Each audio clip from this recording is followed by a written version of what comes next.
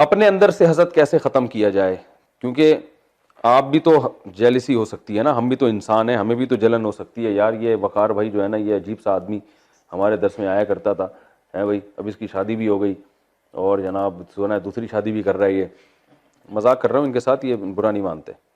तो ये जनाब ऐसा ऐसे लौंडा लपाड़ा घूमता था, इसकी तनख्वाह इतनी अच्छी हो गई, यार ये तो अब हमें पूछेगा ही नहीं, अब तो खिदमत ही नहीं करेगा। तो इंसान को ना, इसलिए इंसान बाज़ दफ़ा अपने मातहतों को भी चाहता है कि दबे रहें ये ठीक है ना, ये ग़ुलाम बन के रहेंगे तो खिदमत करते रहेंगे, पैसे आ गए तो कौन पूछेगा। अब इनको अगर लैंड क्रूज़र मिल जाए, ये मुफ्ती साहब करेंगे।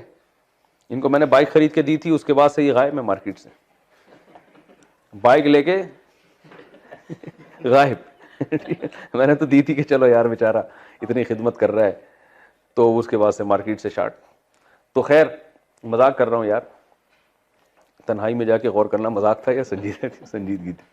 खैर हसद में जो है ना, तो उसका इलाज, सबसे पहला इलाज ये है कि दिल में ये सोचो कि जो कुरान में अल्लाह ने कहा है कि अल्लाह का फजल है, जिसको चाहता है अता करता है।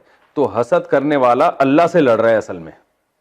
भाई अल्लाह ने एक को खूबसूरती ज्यादा दे दी, अल्लाह ने एक को पैसा ज्यादा दे दिया, तो अल्लाह ने दिया है ना। मेहनत पे अगर ये चीजें मिलती तो मजदूर के पास दुनिया में सबसे ज्यादा पैसा होता है, क्योंकि मेहनत सबसे ज्यादा कौन करता है? मजदूर। दिमाग, जहानत, ये गॉड गिफ्टेड है ना। हम इस मदरसे में पढ़ते थे और स्कूल में भी हमने पढ़ा है, एक तालिब इल्म जरा सी मेहनत नहीं करता, वो इतना पढ़ लेता। और कुछ हमारे पास ऐसे तलबा होते तो सुबह से शाम बैठ के रट्टे लगा रहे होते थे। एक तालिब इल्म को तो मैंने खुद निकाला, मैंने कहा भाई तू पढ़ने के अलावा दुनिया में कोई और काम कर ले। उसको एक एक बात 20 दफा समझाओ, बेचारा रोता था, शौक बहुत था लेकिन याद ही नहीं होता था। मैंने उससे कहा आपको अल्लाह ने सलाहियत ही नहीं दी है पढ़ने की। वो कह रहा है मैं आलिम बनना चाहता हूं। मैंने कहा जब अल्लाह ने सलाहियत नहीं दी तो भाई कुछ और काम करो ना, क्योंकि ऐसे गबी जहन के होते हैं, कुन जहन होते हैं, नहीं पढ़ पाते। तो बाज ऐसे होते हैं सारा दिन हमने मदरसे में देखा है, बातें करते रहते हैं, पढ़ते हैं ही नहीं। इम्तिहान में नंबर आप उनके देखो, एक थोड़ा सा बस दोहराया और इम्तिहान पास करके आ गए। तो ये खुदा की तरफ से है। तो बस देख लो भाई, अल्लाह ने उसको दिमाग अच्छा दे दिया, अब तो क्या करें, दे दिया अल्लाह ने, दे दिया तो शुक्र अदा करो, सब्र करो। भाई अल्लाह ने उसको वो चीज नहीं दी, आपको कोई और चीज दे दी है। आपको हो सकता है जो किसी को दौलत दी, सेहत नहीं दी, गरीब आदमी को दौलत नहीं दी, मगर मजदूरों की जान देखो कितनी होती है। ऐसे पावरफुल है, चपेट लगा दें किसी के बंदा मर जाए उसी वक्त। तो किसी को अल्लाह ने कोई सलाहियत दी, किसी को कोई सलाहियत दी। तो सबसे पहले हसद का इलाज है कि अल्लाह की सलाहियतों के बारे में सोचना चाहिए कि ये अल्लाह ने दी हैं। तो जो काम अल्लाह ने किया है, तो हम हसद करते हैं जब लड़ रहे हैं तो ये अल्लाह से लड़ रहे हैं, ये उससे नहीं लड़ रहे। तो तकदीर पे राजी होना चाहिए। और दूसरी चीज सोचनी चाहिए, दुनिया मुसाफिर खाना है। किसी के पास कितनी भी बड़ी नेमत है, वक्ती तौर पर है, थोड़े दिनों में खत्म हो जाएगी। जैसे माँ ने एक बच्चे को खिलौना दिया, दूसरे को नहीं दिया। अब ये वाला बच्चा रो रहा है तो माँ कहती है थोड़ी देर में उससे वापस ले लूंगी, चुप कराने के लिए दिया है ठीक है ना, वापस ले लूंगी मैं। तो अल्लाह ने भी किसी को हुकूमत दे दी, किसी को सेहत दे दी, किसी को इज्जत दे दी, किसी को शोहरत दे दी, किसी को दौलत दे दी, तो बहुत कुछ है। तो जिसको ये चीज़ें नहीं मिली वो क्या भाई, उसको कौन सा हमेशा के लिए दी है, ये भी मर जाएगा और हम भी मर जाएंगे, मरने के बाद साहब ख़त्म। तो फिर जो अमल है वो आखिर जाएगा। और तीसरी चीज़ क्या है कि जिससे हसद हो रहा है ना, उसके लिए दुआ करे इंसान तन्हाई में, ए अल्लाह तूने इसको ये नेमत दी, मेरी तुझसे दुआ है कि तू इसको और ज़्यादा नेमत दे। दिल में ख्याल तो आएगा अल्लाह तू इसको तबाह कर दे किसी तरीके से, इस कमबख्त को। लेकिन जब ये दुआ मांगेगा ना तो दिल जलेगा, दुआ के अल्फाज ज़बान से निकलेंगे नहीं। ए अल्लाह और नेमत दे, अल्लाह और दे दे, अल्लाह इसको और तरक्की, आता वाता कुछ भी नहीं है फिर भी तूने इसको इतनी बड़ी तरक्की दे दी, अल्लाह मैं चाह रहा हूँ और ज़्यादा दे दे। तो इससे क्या होगा कि ये हसद के जरासीम आहिस्ता आहिस्ता, ये एंटीबायोटिक का काम करेगी। ये जरासीम आहिस्ता आहिस्ता क्या होंगे, खत्म होंगे। इंसान जो बोलता है ना उसके अपने दिल पे असर होता है, तो वो नफरत मोहब्बत में तब्दील होना शुरू हो जाएगी। और चौथा काम ये करे कि उसकी लोगों के सामने तारीफ करे। हासिद क्या करता है कि बिला वजह घुमा घुमा के बुराइयां ला रहा होता है कि ताकि वो नीचा हो जाए किसी तरीके। अबे उसको जो इज्जत मिली है, अबे उसके पास जो इल्म है, अबे हमें पता है, सारा दिन तो ऐसे ही घूमता रहता है, पता नहीं क्या कहाँ से इसने है फेंकता रहता है, ऐसे ही बस लोग करते हैं बातें ना। मैं तो कमेंट्स पढ़ रहा होता हूँ ना अपने बारे में भी पढ़ता हूँ, दूसरे उलमा के बारे में भी पढ़ता हूँ, तो ऐसे करते रहते हैं लोग।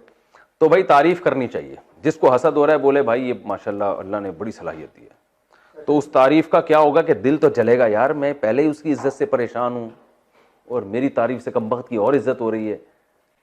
तो नतीजा ये निकलेगा कि उसकी इज्जत बढ़े ना बढ़े, आपके अंदर से हसद के जरासीम खत्म हो जाएंगे।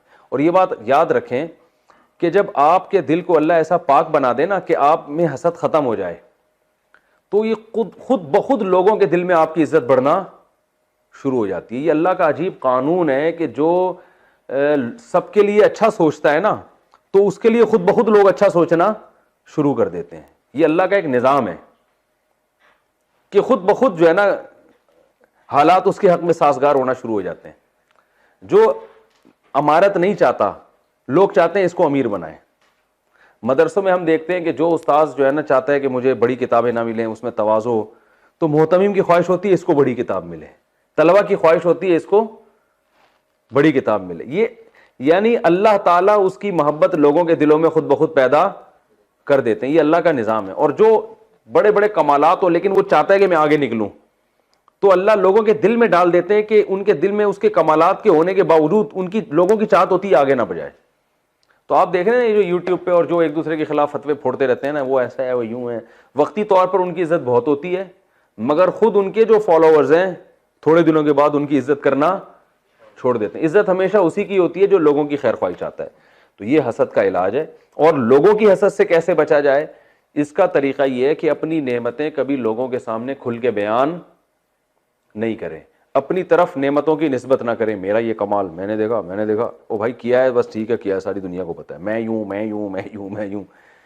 यूसुफ अलैहिस्सलाम ने कहा था ना, ख्वाब दिखाया तो भाई याकूब अलैहिस्सलाम ने कहा भाइयों को मत बताओ, बस ठीक है मैं अब्बा हूं, मुझे बता दिया, बहुत अच्छी बात है, ठीक है ना, अल्लाह इसको पूरा कर लेगा। खाम खामे क्यों भाइयों को बता रहे हो? आज हर चीज हर एक को बता दी जाती है, तो हर चीज हर एक को ना बताएं, सिर्फ अपने खैर ख्वाह लोगों को बताएं, जो आपके खास चाहने वाले हैं, जो दिल से चाहते हैं, उनको बता दें, हर एक को ना बताएं। उसमें क्या होगा, वो जेलिसी। तो हमारे उस्ताद असाज़ा तो इसका बड़ा ख्याल करते हैं कि अपनी चीज़ें लोगों के सामने, अपनी जो नेमतें अल्लाह ने दी हैं ना शेयर की जाएं ज़्यादा, तो इसका बड़ा नुकसान होता है। तो नज़र लगती है ना इससे, लोग जो नज़र तो आमतौर पर उन्हीं की लगती है जो हसद की निगाहों से देखते हैं।